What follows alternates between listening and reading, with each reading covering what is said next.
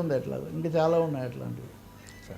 Sir ఏంటి చంద్రబాబు నాయుడు గారు కుటుంబ సమేతంగా ఢిల్లీ వెళ్ళడం, మోదీ గారు ఆహ్వానం పలకడం, ఆయన మే 2 రావడం, ఆయన మే 2 అవును అమరావతి రీస్టార్ట్కు వస్తున్నారు. ఇప్పుడు ఏపీలో ముఖ్యంగా రాజధానిలో మొత్తం దృష్టి అంతా దాని మీద ఉంది. సహజంగా ప్రధానమంత్రి రావడం ప్రతిష్టాత్మకంగా భావిస్తారు కదా. అందులో మోదీ చంద్రబాబు వీళ్ళ మధ్యలో వియోగాలు ప్రేమలు రెండు ఉన్నాయి కదా. 14లో ప్రేమ, మళ్ళీ 18లో వియోగము, మళ్ళీ 19 నుంచి 24 వరకు దూరము, మళ్ళీ ఇప్పుడు బాగా బలమైన బంధము, ఇప్పుడు లోకేశ్వరవాయువు ఉన్నాయి. అంటే ఆసక్తికరమైన అంశాలు రెండు ఉన్నాయి. మోదీతో రైతులందరికీ సత్కారం చేయించాలని చంద్రబాబు భావిస్తున్నారు. అది షెడ్యూల్ ఖరారైంది. రైతుల్లో కొంత అసంతృప్తి. ఒకటి పని జరగకుండా మళ్ళీ 40,000 ఎకరాలు అంటున్నారు. ఇక్కడేమో 1,00,000 కోట్ల రూపాయలు పనులు ప్రారంభిస్తామంటున్నారు. కానీ మా భూముల రేట్లు వాళ్ళకి ఏముంటుంది, అమ్మిన వాళ్లకు స్థానికులకు కొంత రేట్లు పెరిగి పనులు దొరకాలి, ఇంతకంటే ఏముండదు కదా. కాబట్టి ఆ స్పీడ్ తమ వైపు కూడా జరగాలనుకుంటున్నప్పుడు రైతులను ప్రధానంగా సత్కరించడం ద్వారా వాళ్ళకు ఒక గుడ్ విల్ మెసేజ్ మోదీ సమక్షంలో పంపించడం ఒక ఆలోచనలా కనిపిస్తుంది.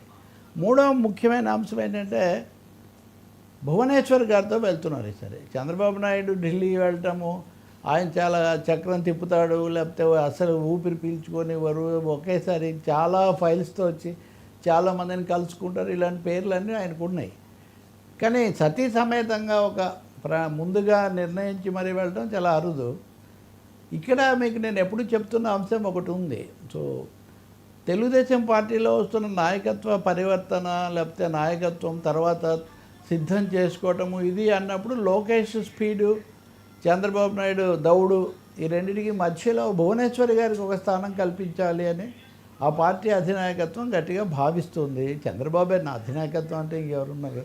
కాబట్టి అటు నందమూరి ఇటు నారా కుటుంబాలు ఉభయలు కూడా సంతోషించే విషయం కాబట్టి, అలాగే నేరుగా యువ నాయకుడే కాకుండా మధ్యలో రామారావు గారి కుమార్తెగా ఆమెకు కూడా ఒక రెస్పెక్టబుల్ ప్లేస్, అది ఎలా ఉంటుంది పార్టీ పరంగా, అది ప్రభుత్వ పరంగా కూడా ఉండొచ్చు అని కూడా కొంతమంది అంటారు.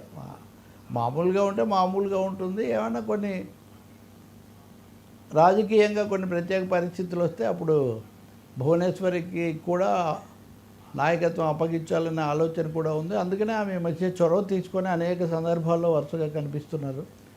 అది ఇవేవి సేవా కార్యక్రమాలు, స్వచ్ఛంద సంస్థలు వీటిలాగానే. ఇప్పుడు బహుశా ఢిల్లీ కూడా వెళ్ళడం అంటే ప్రధాని అంటే చాలాసార్లు కలుసుకున్నారు. అప్పుడు అమరావతికి వచ్చినప్పుడు అప్పుడు ఈ దేవాంశ్ చిన్నపిల్లాడు, అవును, ఆ పిల్లోడిని ఎత్తుకోవటం అదంతా ఇప్పుడు ఇప్పటికీ దాదాపు 9 ఏళ్ళు అయిపోయింది కదా.